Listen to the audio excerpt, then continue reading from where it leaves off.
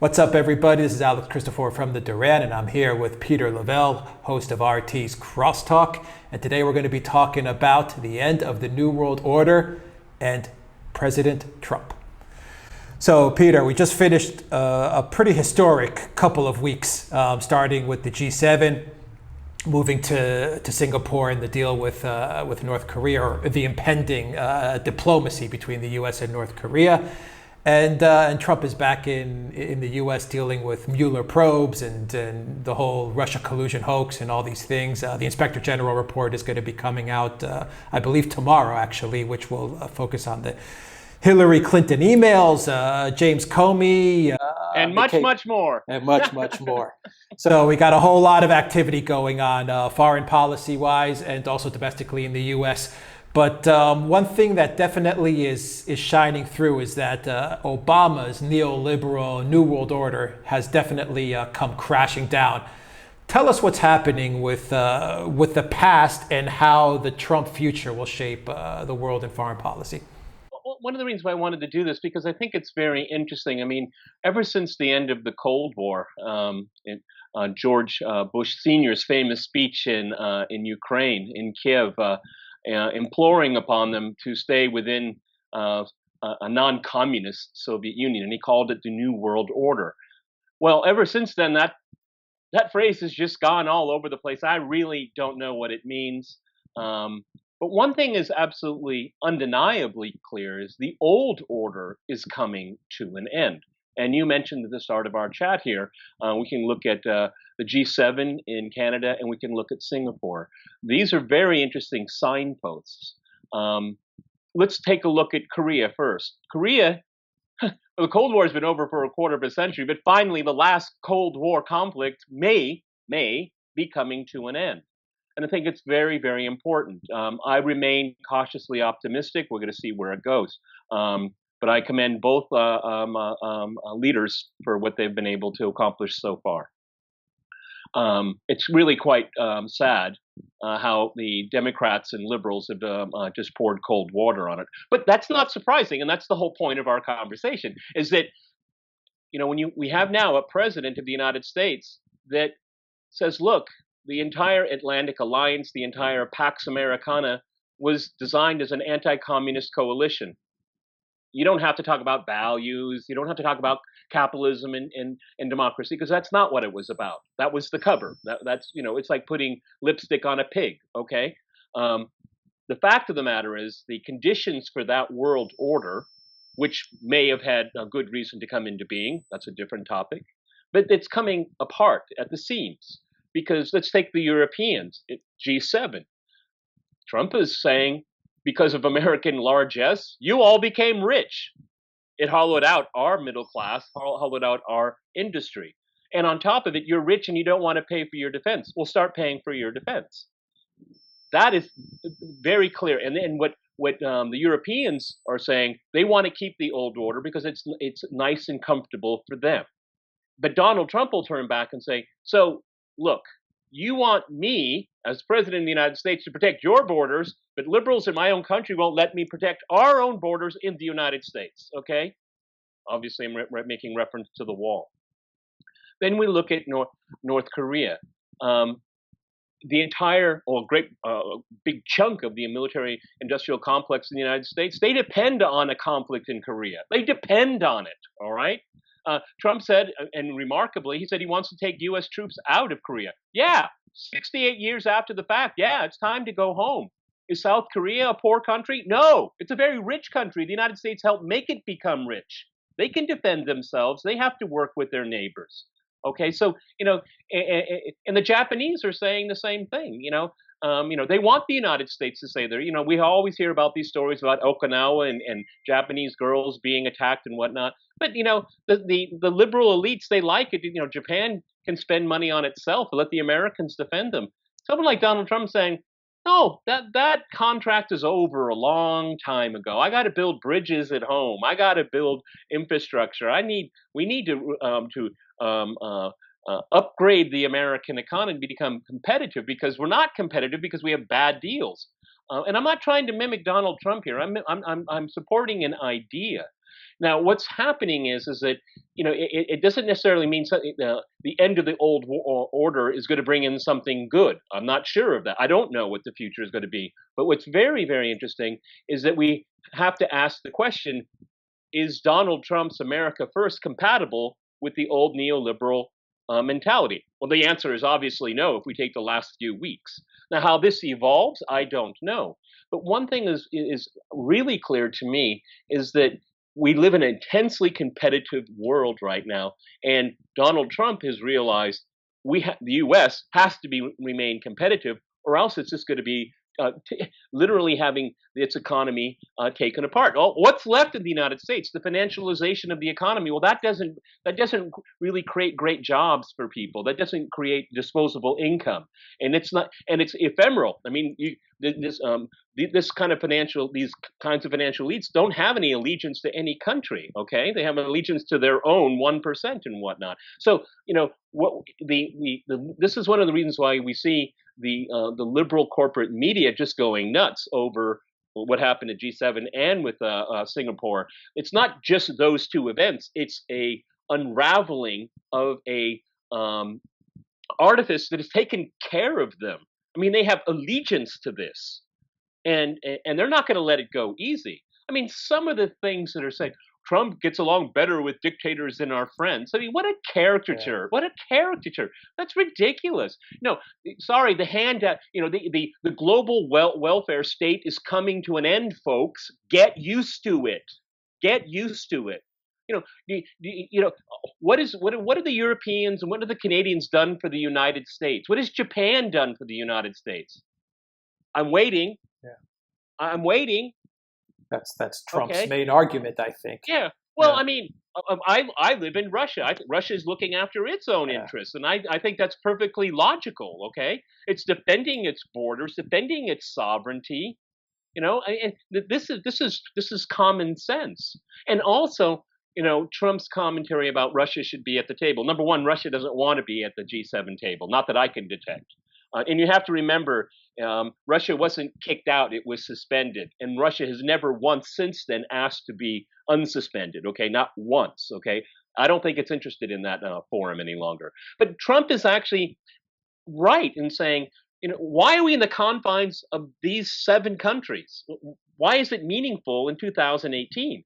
I mean, if you want to shake things up and get things done, you got to bring people to the table that can actually do something. Okay, look at Merkel, Macron, May. They're technocrats. That's all they are. They peddle this ideology. They don't have policy per se. I mean, this is just to keep. They're like the oil that keeps the wheels turning. Okay, and it ain't working for the folks. Okay, look what's going. This populist surge in Europe. People are beginning to realize the status quo doesn't work for them. It works for the elites. Oh yeah. It really does. And so I think this is one of the most important things that are happening. It's coming apart at the seams, and you get all of this bravado out there because people don't know what's going to replace it. I don't know what's going to replace it, but the status quo isn't working. It isn't working for the Pax Americana that it was supposed to help. Okay, actually, I would say it's going in reverse. So it's really interesting what's happening. Can America First coexist with the status quo? No. And the faster people realize that, because the Europeans, for example, when they realize that, they got to rethink a lot of things. Like, why should they get involved in foreign adventures with the United States? Because, well, under the old deal, they were paid off. But if they're not going to be paid off now, why should they get involved in it? See, these are significant things that are going on. Also, the thing with what's going on in Ukraine. I mean, the United States is doing it for the neocons are pushing that agenda to increase tensions there. But then the Europeans are going to realize, what do we get out of this? Okay, we get nothing out of it. All right, and so it'll have impact on how the Europeans see the world. Also, the Canadians as well. I mean, the Canadians have been getting a free ride for decades right now. All right. Nothing against Canada. Okay, well, I don't like Trudeau. Isn't it interesting to have a 13-year-old girl as prime minister? It's extraordinary in these days. But he's a product. He's a product of this system. He really is. He's quintessential. Okay, and so is Macron. He's like a avatar in my mind. Okay, I mean, what does he stand for? I don't know. Yeah. None of them stand for anything. So I think what you have is you have Obama's neoliberal New World Order come to an end, and now you have this multipolar, let's say, new world order shaping under Trump.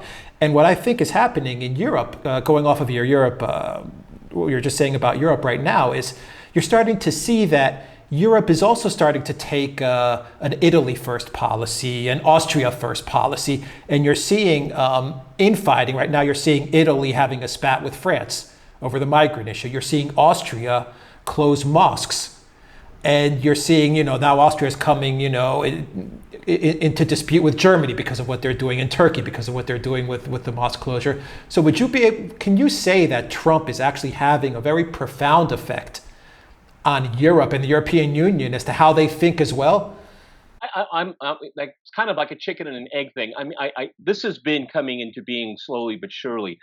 Trump may be the greatest exemplar of it all, but let's face it. This neoliberal order, particularly if we stay with Europe, it promised two things: prosperity and security. It's not delivering on either anymore. Okay. And this is one of the reasons why it's happening. I mean, I watched, it was last summer. I saw it on Fox News. I think it was either Italy or Spain, where they were on a beach for tourists, looked kind of nice, maybe 4-star, and then people just coming out of boats, walking on. What? Yeah, I saw that. When you go to an airport to fly to a foreign country, you have to have documents, and you go through a metal detector. Do these people have any documents? Are they armed? Are they carrying drugs? Are they fugitives? Are they criminals? I mean, this is insane. I mean, and if you're in southern Italy and that happens to your town, you're going to react, because people in Rome aren't going to have you. Certainly Brussels isn't. They're going to just say, close your eyes and, be a good liberal, be tolerant. No, this is ridiculous. People are waking up to common sense. And so, I'm not for an all against all, warfare among states. No, but these kind of blocks, what underpins them is fading away. It's not working anymore. We have to rethink things to fulfill that promise of prosperity and security. Those are the two things people want. Okay, and if you have that, maybe we'll be able to keep our freedoms as well. Would you say that Trump's foreign policy and what he accomplished last week, even with the G7, I would say standing up for the U.S., say you want to phrase it like that, he stood up for the U.S. at the G7 and what he did in North Korea. Do you think that's going to have a very real effect for the average American? Are they seeing this, or are going into the midterms now? So is Trump's foreign policy accomplishments going to really impact the way Americans view him? Traditionally, it's always foreign policies has been quite marginal. I think and I'll tell you the word, and without joking about it, he put on a good show. Okay, when he went to Canada and to Singapore, I think that it'll inspire his base, yes, but it's still going to get down to, if I got money in my pocket. Okay, and he, being a businessman, he understands that. The one thing that's very interesting. And it's risky, it's dicey, is that Trump owns this process in Korea now. He owns it, okay? And I think he's acutely aware of that, and he's got to produce, okay? Because the mindless liberal media went against it because he's for it. I mean, it's just so childish. You and I talked about this, and I said it's already coming in, the negative commentary. I mean, they all wrote their scripts before they even turned it into their editor. We both know that, okay? But I think, to answer your question, I say to some degree, yes. But what I think is going to be, instead of just specific foreign policy examples, I think the message is that the United States under Trump is going to stand up for its sovereignty, okay? Because that is the message that we have all across the board. The Hungarians, the Italians, the Spaniards, They're saying the Austrians, we're standing up for our sovereignty.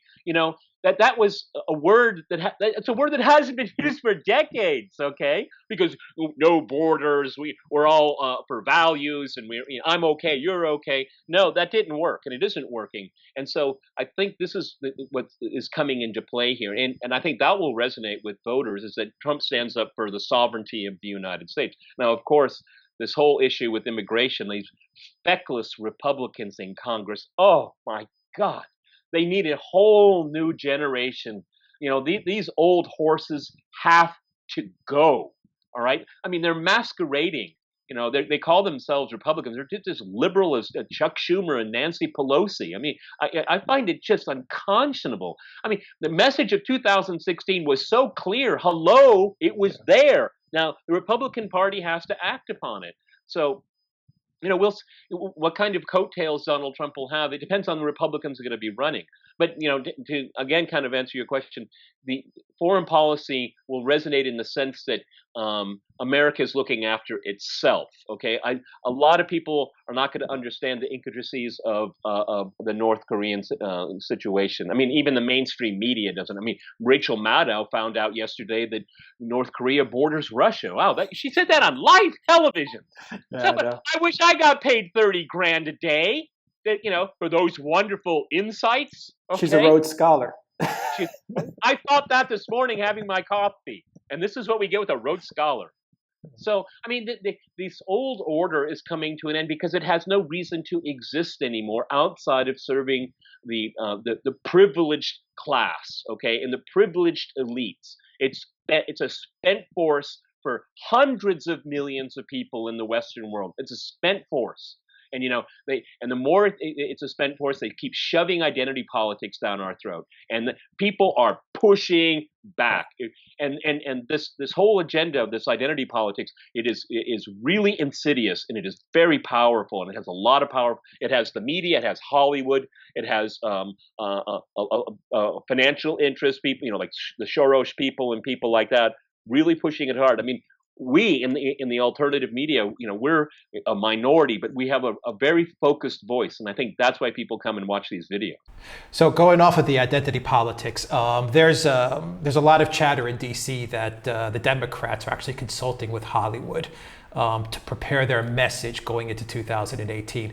I want to get your opinion on De Niro, which I know is just one actor of many that criticize Trump. But give us your take on what De Niro does on stage and what he says on stage, but also how that affects the average American and how they view Trump. Do you actually think that De Niro saying this stuff is going to actually help Trump, or it's going to, or does it actually do something? They're going to save that, and that's going to be Trump's campaign ad. Okay, all right. You don't have to listen to me. Listen to them. No, I mean, I'm from a flyover state. At heart, I'm a Colorado boy. All I need to see is that. It's done. Okay, it's done. I mean, this is something we have in American politics. You have the left liberal Democrat archipelagos on the coasts. Okay, and then the rest is red. Okay. I've been saying for years, let California, Oregon, and Washington State become their own country, and then it will be run by conservatives for the rest of time. Okay, because that's what does it. That's what keeps tipping it. Okay, yeah. It's California, and I lived there for years. It's I'll never go back there. I'll never go back to that place. So Hollywood, keep churning it out, Hollywood, because you're going to reelect. You're going to probably. The Republicans will keep powering in both houses, and Trump, most likely, as things stand right now, be reelected in 2020. I mean, and it's all they're doing. And he has the Rose Garden approach. He doesn't even have to go out. Okay, his campaign people just play these things. What was Kathy Griffin with the severed head? I mean, They have so much material now that again, Trump won't have to spend any money on elections. Exactly. Amazing.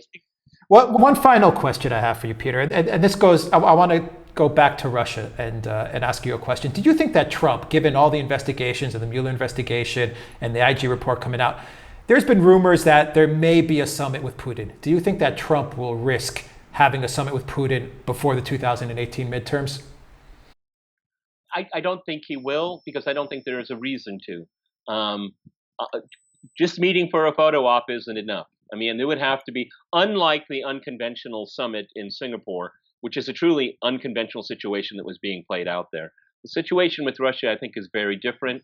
I think that there will be a halfway measure where they will meet at a venue, a third-party venue. But I think as a full-blown exchange visits, no, I don't think Trump should take that risk. I think we have to wait for. I mean, Mueller's report is going to be the day before the election. He's going to release his report. I mean, it's all political. Okay, so I think as long as that's going on, it's not. There's no real benefit from it. Sadly to say, because I think the United States and Russia, they don't necessarily have to be friends, but they certainly don't need to be enemies. Okay, and I think that's Trump's approach. Okay. And I think that's a common sense approach. Countries have sovereignty and they have different interests, and sometimes they clash. Okay, I mean, give you a perfect example is Russia's interactions with the Middle East. It talks to everybody, everyone. And there are times when Putin meets Erdogan in Turkey, and he just says, Erdogan says, "Why are you supporting the Kurds?" And he said, "Well, we have different agendas, we have different purposes, but it doesn't mean they have to be in a clash. Okay, we have differences. It's kind of common sense. Okay, but if you look at the liberal media, all they want is their Messiah back. With his magic wand. Okay, which is just complete propaganda. Okay, I mean, the longer these investigations go on, the more we realize the entire Obama administration, the two terms were a complete sham. Okay, complete sham, a complete show. All right. So I think a summit is in order. I think after the midterms would be better to see where the dust settles there. But isn't it kind of sad? Important global issues can't be decided because of the pettiness of local politics, and the more I watch cable TV, these just know-nothings. I mean, people just have no idea what they're talking about. They can't marshal facts. They can't marshal any kind of logical thinking. Okay, it's really hard to watch cable news these days. Yeah, which is why more people are turning to broadcasts like ours. It's just impossible to get any kind of real information from these guys. Yeah. They're just stenographers right. of a deep state, of a corporate elite. And they have no facts. And they just simply, what was it? I can't remember. It was somebody, I think it was like a CNN or something like that. This was like when Germany was bombing London in 1941. Yeah. No, idiot, it was 1940. Okay, if you're going to cite historical facts, get it right. Okay. Yeah. Okay. Yeah. Or that time a couple of years ago, that's appeasing dictators. That's appeasement. And that's Munich. And it says, what is Munich? And he said, it's just appeasement. Well, what happened in Munich? Well, in 1939. No, idiot. It wasn't in 1939. It was 1938. Okay? You don't even know the historical reference. And if you don't know it, don't use it. Yeah, there was one contributor on, I believe it was CNN, that was upset that the Trump-Kim summit was taking away from the Russia collusion news story, the Russia collusion hoax. I mean, it's incredible to listen to these guys on CNN, on MSNBC, and all these stations. The thing is, they've boxed themselves into a corner because they've been living. I mean, look at Jeff Zucker. I mean, it's a business model for him. I mean, he gets eyeballs and clicks off of this. Okay, but it's a very narrow audience. That narrow audience, the Mad Dow audience, they want that kind of stuff. But the rest of us have moved on. And, on my program, Crosstalk, I hardly make any reference to this anymore because there are no facts to talk about. So I just let it go. Okay. I mean, tonight we're going to do a crosstalk on exactly what we've talked about here: the end of the old order, the beginning of something new, and that's what people are interested in. Okay, the more they go down this path, the more people watch our podcast, and the more people to watch my program. Okay, thanks. Yeah, I mean, listening to you, Peter, brings up, I believe Tucker Carlson 2 nights ago said it best, where he said, I think we are, Tucker, I'll summarize what he said, but he said, we're definitely witnessing the end of something, the beginning of something new. And it was in reference to the G7, to the Trump-Kim summit. And I think he even, crystallized it with that thought, that we are witnessing the end of something and the beginning of something new. But let's make it clear to our viewers, what happens after the old order collapses doesn't necessarily what the new one is going to be nominally good. I don't know. Yeah, Okay, I agree. we don't know. We don't know. Okay, but certainly, what the moment that we're in now is the waning days, waning moments of that order that was established after the Second World War, built during the Cold War as an anti-communist alliance. Because of that, you had to give up so many things. You had to give up your culture, had to give up your sovereignty. You had to allow the state to interfere in every part of your life, the national security state. All of in marketing, it's the reason why. Well, the reason why for that system doesn't exist anymore, and that's what's really painful for people that are so heavily invested in it. They're not just invested in it ideologically; their entire being is invested in it, and they're so blinded. I was going to use this here. This is one of my favorite statues that I got here. I don't know how clear that is, but that's what's happened. See no evil, speak no evil, hear no evil. Okay, and that's the establishment today. Okay. Yep. On that note, Peter Lavelle, host of RT's Crosstalk, discussing the end of the old world order, the end of Obama's new world order, and the beginning of something new. We'll see what that new brings. Hopefully it brings good things, but we'll definitely be posted. I'll talk to you tomorrow after the IG report. Definitely. The IG report, we're awaiting it tomorrow. Peter Lavelle, host of RT's Crosstalk. Thank you guys for watching this video. If you liked it, click on the red subscribe button down below. Also click on the notifications bell to get notifications every time we push out a new video. Visit the Duran shop, pick up a shirt, help support the Duran. Until next time, take care.